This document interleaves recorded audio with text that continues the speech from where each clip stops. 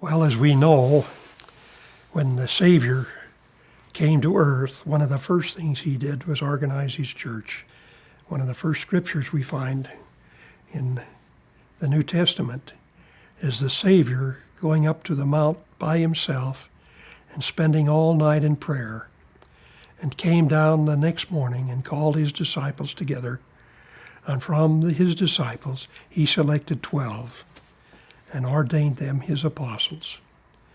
Later on, he took Peter, James, and John up into a mount apart, and there he gave the keys to Peter to be the one responsible to hold all the keys on earth after his departure in leading the church.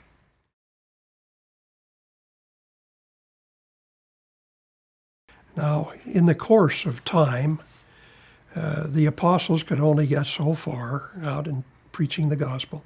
They organized branches, all as far as they could reach. But they only had the opportunity maybe of only touching that branch once in their period. Very little opportunity to teach and train. And paganistic ideas soon crept in, and different aspects of the doctrine were changed and modified so that it was necessary to take the priesthood from the earth. Therefore, the earth was without the blessings of the priesthood for quite a period of time. And the only way that the Lord could establish his kingdom again on the earth and the powers of the priesthood was to have that glorious restoration.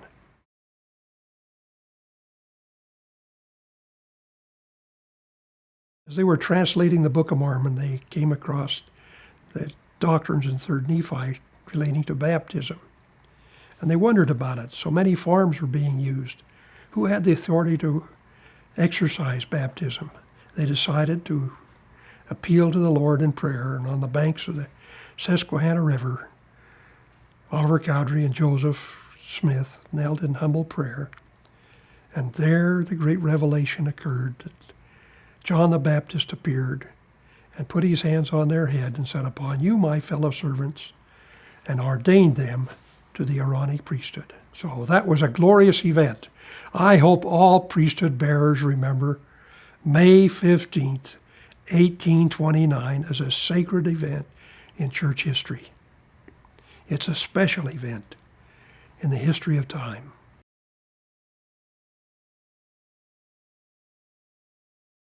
We have this great article of faith, the 5th article of faith.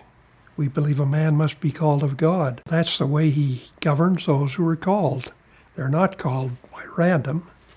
They're called by inspiration and prophecy by those who are in authority to preach the gospel and minister in the ordinances thereof. So it's a direct line that comes to the people through inspiration by the Lord on those called to exercise the priesthood.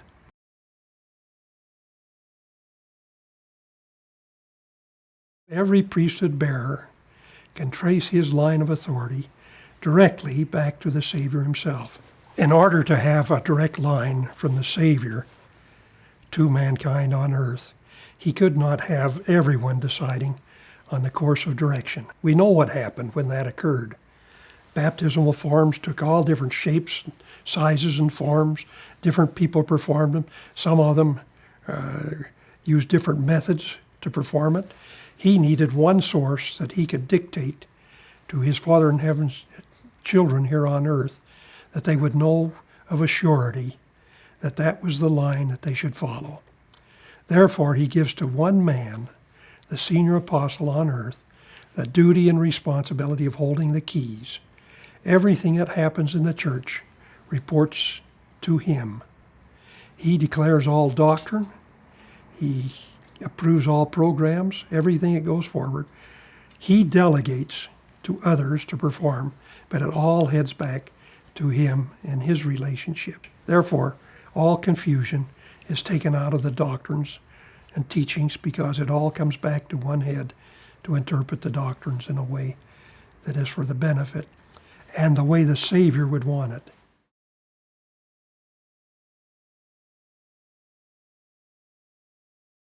I'm sure the Lord requires a report from the prophet all of the time.